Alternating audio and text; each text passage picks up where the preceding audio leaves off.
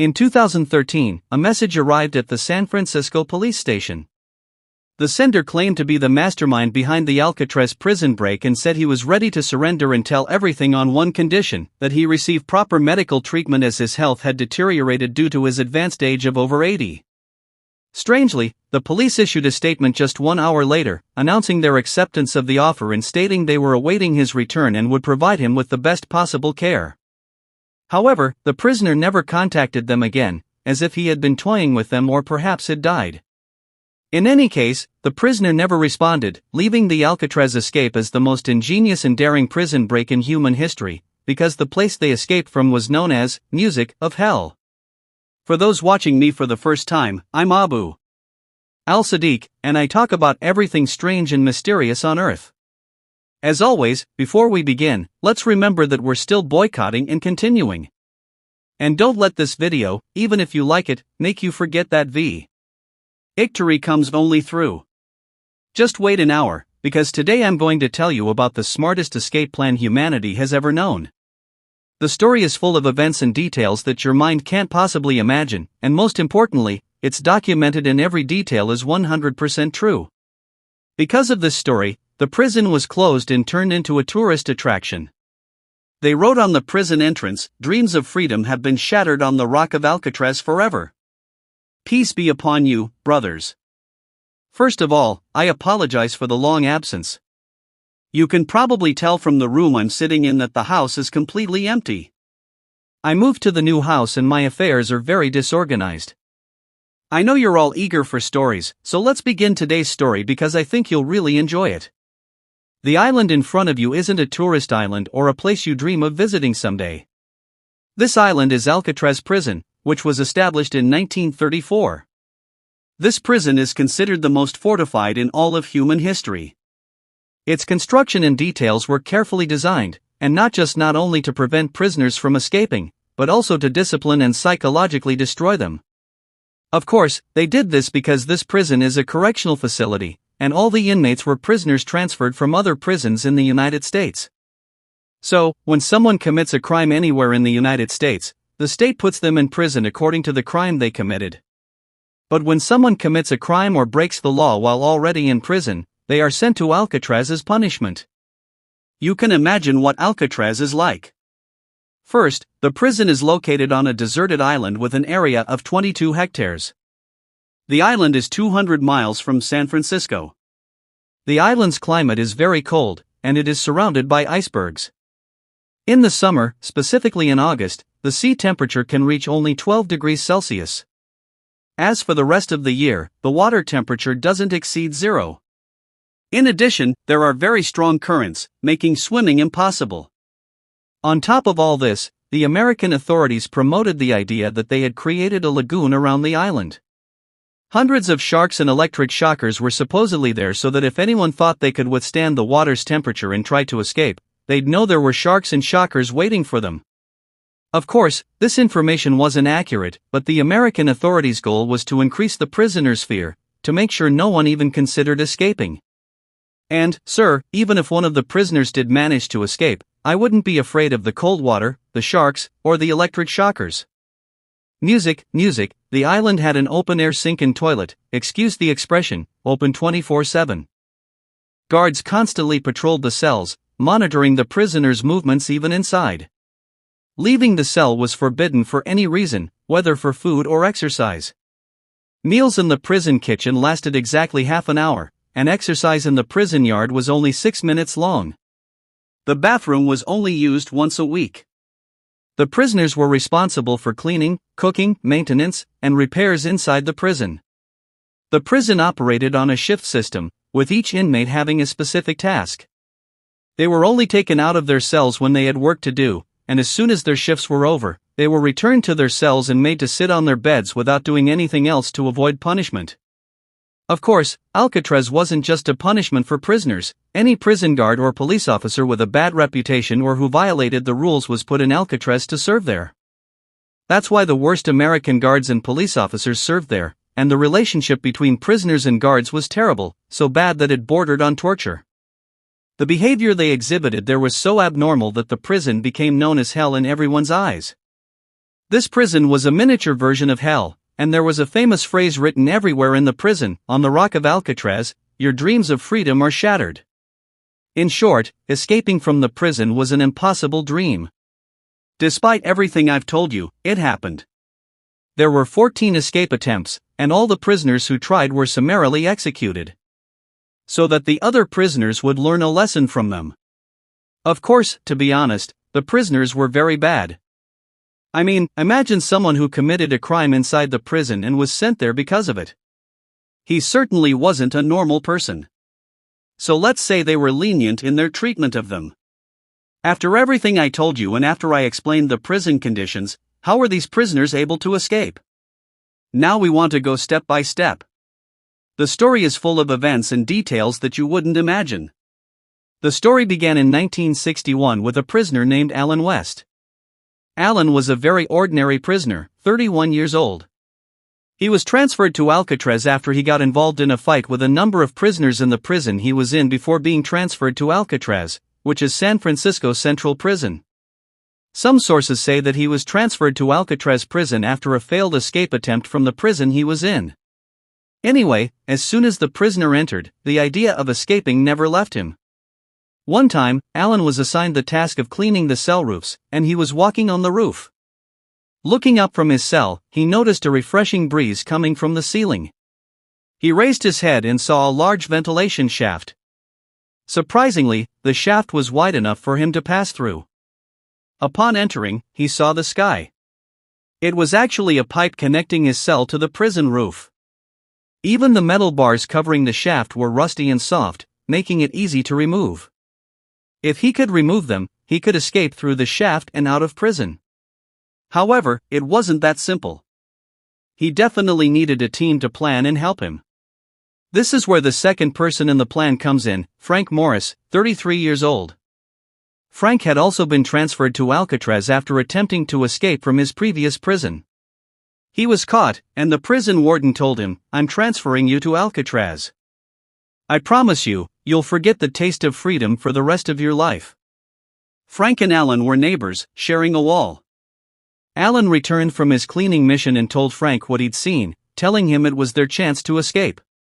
Alan was the one who came up with the idea and discovered the ventilation shaft, while Frank was the mastermind behind everything. He planned every detail of the plan. Frank was smarter than 98% of humans. His IQ was 133, making him a genius in every sense of the word. Frank's first act was to tell Alan they needed to form a team and recruit people to help them escape. For 5 days, he thought of a suitable helper and finally chose the brothers John and Clarence Anglin. He chose them because they were his neighbors, their cell was next to his, and they were brothers. Music plays, he needed to thoroughly search the area and find out everything. He had to figure out how to get to the ventilation shaft. As soon as it was his turn to clean the roof, he combed the entire place. The surprise was that behind the cells were connected by a long corridor, about a meter wide, which served as a ventilation space between the cells. The sewage pipes ran through it. The corridor was deserted, and no one ever used it. If they managed to reach it, it would be easy for them to climb to the cell roof and then access the ventilation opening, escaping through it. The good news was that each cell had a small window in the wall, 30 centimeters wide and 20 centimeters high, located under the sink. This window connected the cell to the corridor I mentioned. The window was very small and covered with a perforated piece of iron, making it virtually impossible for anyone to pass through. However, Frank had a solution. He noticed that the prison walls were very old. They hadn't been renovated for over 15 years. Due to the island's humid climate and the high salinity of the sea, the walls were eroded and easy to dig through. Therefore, he asked the team to smuggle spoons from the kitchen to use in the digging. Indeed, each of them managed to smuggle 2 spoons over the course of a month. One of them was for digging, one was a spare, and they actually started widening the hole. The Anglin brothers used forks in addition to a chisel, and this helped them widen the hole faster. Of course, during the digging process, they faced 2 problems. First, how to get rid of the cement, dust, and stones that came out with them, and second, how to cover the hole so that the digging wouldn't show. Before I tell you how they solved these 2 problems, you need to know something: they dug every day at 9 p.m. Why? Because at that time, the prisoners were allowed to sing and play musical instruments for a full hour. This period was an opportunity for all the prisoners to get out of the gloomy atmosphere they were living in, even though each of them was in a cell, and the sound of singing and playing would drown out the sound of digging. Their plan was to start the digging process, each in their own cell. The digging they were doing was done by throwing the excavated material through the window openings in the corridor behind the cell, and to give you an idea, the digging process took more than 6 months, so the amount of material they were able to extract each day was very small. Don't forget they were digging with spoons, and they were under very close surveillance. Their progress was very slow, with only slight advancement each day. The second problem was covering the hole so that the traces of the hole and the digging they were doing wouldn't be visible. This was the task of the genius Frank and John Anglin. These two worked in the prison's paint shop. In the shop, they painted the cell wall the same color. They used newspapers, cardboard, small stones, and cement to create a model that looked exactly like the original hole in the wall, and painted this model the same color as the wall. Every day after they finished, they would cover the large hole with the cardboard model and hang clothes above the sink in a way that completely covered the hole. Since the guards didn't enter the cell, it was impossible they had been suspecting this for a whole year, but no one noticed that the figure on the wall was a cardboard cutout, and no one suspected that behind it was an opening through which a person could pass. After about 6 months, the opening was ready. One day, they went out through the openings and met Alan, Frank, and John in the corridor behind the cells. The three of them examined the place and conducted a thorough study of it. It became clear to them that the matter was very easy. Once they went out to this place, it would be easy for them to reach the ventilation opening. After they finished their tour, they returned to their cells to begin the second part of the plan. The problem that stood in their way, and which had no solution at all, was how they would get to the city once they got out of the prison. It was impossible for the reasons I mentioned at the beginning of the video, such as the cold water, the strong currents, and the ice, in addition to the famous rumor that the area around this prison was full of sharks. Frank confidently told them, "We will build a boat. Making life jackets from readily available materials is a great idea, or let's say it's obvious." Anyone in his position would have thought the same thing. But how and why all this confidence? How could he have such confidence that we were going to make life jackets and a boat? What no one knew was that Frank had read most of the magazines available in the prison. Of course, these were the magazines they brought into the prison. Don't think they were for the prisoners to read, they used them to wrap sandwiches or for other things, like covering the floor when they were painting. Any magazine on the market that had surplus copies would be sent to Alcatraz. Sometimes the numbers they received were 2,000 or 5,000 copies. It didn't matter what was written inside the magazine, what mattered was how they would use it. Frank, in his first period in prison, worked in the restaurant and also in the painting workshop, but Frank would read these magazines. He read an article in one of those magazines. The article described how to make a boat and a life jacket from readily available household materials. From that moment, he memorized the idea because he was certain he would need it someday. The problem was that Frank didn't remember all the details of the article. So, on his first day of work at the paint shop, he searched for the magazine to read the article again. As soon as he found it, he tore out the page and pulled it out of the magazine. He hid the article with him and ran to his room.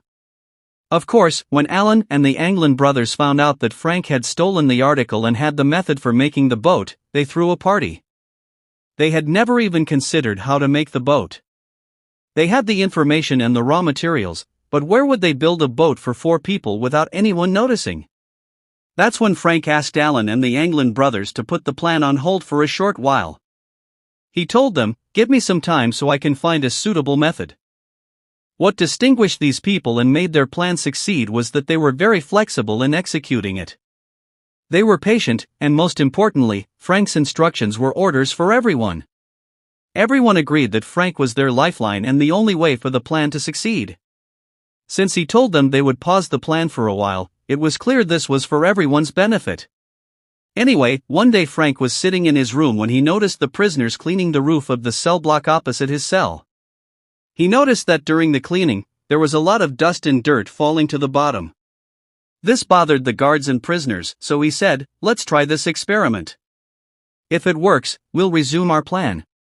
That same day, Frank asked Alan that when he went to clean the roof next time, he should collect all the dirt and dust from the roof of the cells above Alan's room, right by the ventilation shaft they would escape through.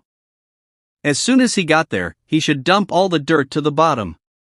If any of the prisoners or guards objected, he should suggest to the guard that they cover the area, music, with a blanket around the ventilation shaft. It was hidden and unseen by the guards, meaning they now had a workshop to work in every day. But this presented a new problem: how would they leave their cells and go upstairs to work without being noticed? This time, Frank and Clarence Anglin had the solution. Frank suggested they make mannequin heads with realistic hair and skin-colored hair. Since John and Frank worked in the paint shop, they managed to smuggle in paper, cardboard, and paint. Frank mixed the paint to achieve a skin-colored finish. They made the mannequins using toilet paper, cardboard, and regular paper, mixing them with soap, toothpaste, and the cement that came out during the excavation process. They were able to create mannequins that perfectly matched the shape of the head. By painting the faces, they were colored to match the skin-colored hair. They were left with only one problem: where would they get hair for these mannequins? This is where Clarence Anglin came in, as he was the prison barber. Clarence smuggled a large quantity of hair in every day. His room, and he shared the quantity with his brother, Alan, and Frank. Of course, the mannequins they had grew hair, and they could use them as a substitute when they left the cell and went to the workshop every day. At the time when the prisoners' party started and they would sit and sing, they would put the heads in their place on the bed and go out through the ventilation shaft on the roof of the rooms and start working. The work was divided into two parts: first, cutting the iron bars that blocked the ventilation shaft, and second, making an inflatable boat and life jackets. The question is, what would they use to make the boat and life jackets? They would make them from soft coats. There were a large number of these coats in the prison. The reason was that there were jobs that the prisoners and guards did outside the prison building, and since the area was cold and its climate was unpredictable, they needed these coats. Of course, Frank had even taken this into account. He said, "When will these coats be neglected and no one use them?" "Certainly in the summer. That's why we will make the lifeboat in the summer. These coats are kept in the storage. And no one would be asking about it then, so it would be easy to steal it without anyone noticing it was disappearing." They actually managed to steal 22 coats, and over the course of 2 months, as soon as the prisoners started singing, they would put the mannequins on the beds to make it look like they were asleep. Then they would go up to the roof and start working in the covered area, making boats from the coats and cutting the iron bars covering the ventilation shaft. After 2 months, they finished everything and were able to escape from the prison. They chose June 11, 1962, as their escape date. The awaited day arrived, and at precisely 10 p.m., the guards turned off the prison lights, and all the prisoners went to sleep. Frank, Wallen, and the Anglin brothers put on their prosthetic heads and climbed out of the ventilation shafts to the roof of the cells. But something unexpected happened. Wallen couldn't get out of his cell because, as usual, the day before, he covered the ventilation shaft in the boat cell. He didn't go up to the roof with them so he could keep an eye on the place and watch the guards. During those 2 months, he gained weight, and it became difficult for him to pass through the ventilation shaft to the passage behind the cells. Of course, his 3 companions told him, "We'll continue, and as soon as you can widen the shaft and get up, follow us." The others went up to the roof of the cells and entered through the ventilation shaft. They continued until they reached the prison roof. There, they sneaked down and discovered that there were no snipers or guards, and that all those stories were just rumors. They reached the wall surrounding the prison, which was made of metal wire. They cut through the wall and went through it. They reached the shore and brought out the boat and the life jackets. They inflated them using a pump they made. The pump was from an accordion. They removed the sound part and turned it into a pump. They inflated the boat and the life jackets with it. They waited a while, hoping that Alan would follow them. Alan was the one who came up with the idea, and he was the reason. Reaching their current situation, they had lost hope and left in the boat, continuing their journey towards freedom. The next day, at 7:30 a.m., as usual, the guards began patrolling the cells to check on the prisoners. The guard reached the Anglin brothers' cell and noticed that they were both still asleep. He inserted a baton and struck one of them on the head, only to be surprised that the head fell to the ground. The guard was frightened and took a few steps back. They opened the cell door and went inside, only to find that the two brothers were gone. The funny thing is that to this day, the models they used and all the tools they used to escape are in the prison museum, and tourists from all over the world go to see them. They went to Alan, who was sitting on the floor smoking. He was disgusted with his situation. Alan was very cooperative and told them everything because he had lost all hope in life, to the point that he asked the guards to end his life so he could find peace. The irony was that Frank had calculated everything when they asked him, "So where did the prisoners escape to?" He told them, "The only person who knows the destination is Frank." When we asked him, he told us that this matter had to remain a secret, just him, so that if one of them was caught, he wouldn't reveal the others. Of course, search teams were dispatched, but there was no trace of them. That's why the prison administration announced that the 3 prisoners had drowned and died at sea, and that their escape plan had succeeded, but they couldn't withstand the sea and died before reaching the shore. Of course, this wasn't true. The operation was a success, and the police saw life jackets on the other side of the beach. However, this statement was intended to cover up the scandal that had occurred in the prison. Of course, the American authorities remained secretive about the details of the escape operation and how they managed to escape for 20 years. They didn't say anything or any detail about how these prisoners managed to get out of prison. 1 year after the incident, specifically in 1933, a film was produced about the gang and how they managed to escape. Strangely enough, most of the events in the film, although true, were obtained illegally by the writers, and it's unknown whether they received them from an official source. The American authorities were strangely secretive about the story. Nevertheless, the filmmakers had accurate and precise details. That same year, the prison was closed, and instead of the phrase "on the rock of Alcatraz, your dreams of freedom are shattered," they wrote on the prison gate, "Dreams of freedom shattered on the rock of Alcatraz forever." After the escape story, the prison closed and became a tourist attraction in 1975. The Anglin brothers sent a photo of themselves to the American police to prove they were still alive. And as I mentioned, in 2013, the brilliant Frank Morris sent a message to the police saying he was ready to turn himself in, but he never contacted them again and disappeared. Unfortunately, the whole story only came to light when Alan West discovered the escape plan and helped with its planning and execution, but he couldn't escape. Perhaps this is the only good thing, because without Alan, no one would have known the details of the plan and how it was executed. They pulled off the most ingenious escape in human history. That was our story for today. I hope you enjoyed it. If you're interested in strange stories like this video, I recommend watching The Greatest Prison Escape. In that video, we told the story of a prisoner who escaped 4 times from one of Japan's most dangerous prisons. Tell me what you think. Was it the illusion and lies created by the American police that initially prevented the prisoners from escaping, or was Frank Morris truly exceptionally intelligent and able to break through their system and escape?